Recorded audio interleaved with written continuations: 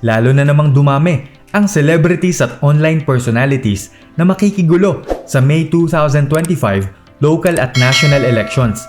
Sinasamantala nila ang kasikatan na pangunahing kailangan upang manalo sa eleksyon.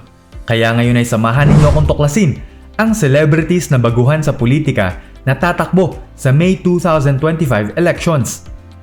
Si Rose Martan na isang vlogger at businesswoman, Joaquin Dumagoso na anak ni dating Manila City Mayor Isko Moreno, Mocha Uzon na isang sexy star at kilalang Duterte supporter, mga aktor na sina David Chua at Wendell Ramos ay tumatakbo para maging councilor ng City of Manila.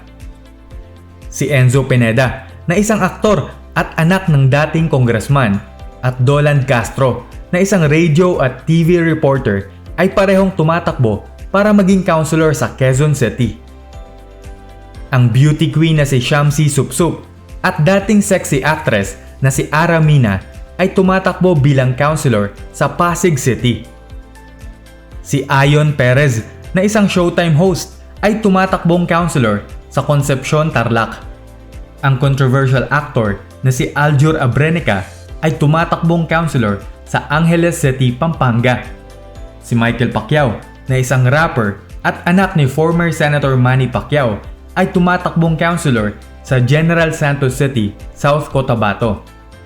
Ang aktres at komedyante na si Kai Cortez ay tumatakbong councilor sa Taytay, Rizal.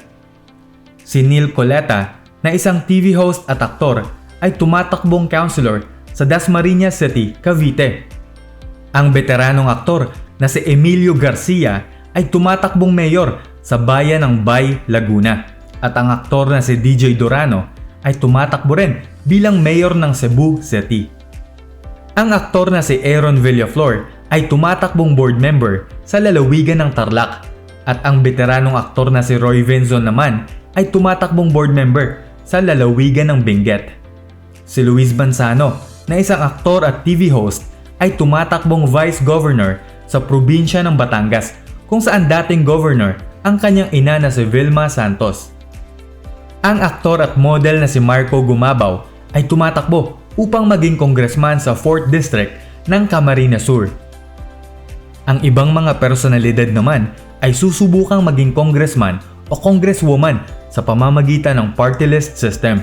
Ang isang party list ay pwedeng makakuha ng hanggang sa 3 seats sa House of Representatives depende sa dami ng kanilang boto. Ang Paris vendor na si Deo Balbuena na kilala sa tawag na Diwata ay 4th nominee sa vendors party list. Malamang ay endorser lamang siya rito dahil bilang 4th nominee ay malabo ring maupo siya bilang congressman kung sakaling manalo ang kanilang party list. Ang businesswoman at may-ari ng Olympus Mining and Builders Group Philippines Corporation na si Malu Lipana ang first nominee rito.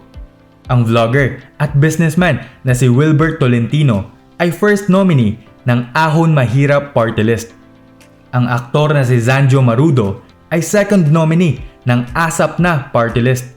Si Nora Honor na isang veteranang aktres at singer ay second nominee ng People's Champ Party List. Si Norris Jan Okamoto na isang motovlogger ay first nominee ng Lingap Party List. Ang political tiktoker na si Ellie San Fernando ay first nominee ng Kamanggagawa Party List. Si Binibining Pilipinas Grand International 2021 Samantha Panlilio naman ay second nominee ng Agimat Party List. Ang vlogger sa likod ng YouTube channel na Models of Manila TV na si Mark Gamboa ay tumatakbo bilang senador. Ang businessman, radio at TV personality na si Ben Tulfo ay gusto ring samahan bilang senador ang kanyang kapatid na si Raffy Tulfo. Ang vlogger at cancer patient na si Doc Willie Ong ay tumatakbo rin bilang senador. Nabigo siyang maupo sa posisyong vice president nang matalo noong 2022 elections. Ang aktor na si Philip Salvador ay nag-file din ng kandidatura upang maging senador.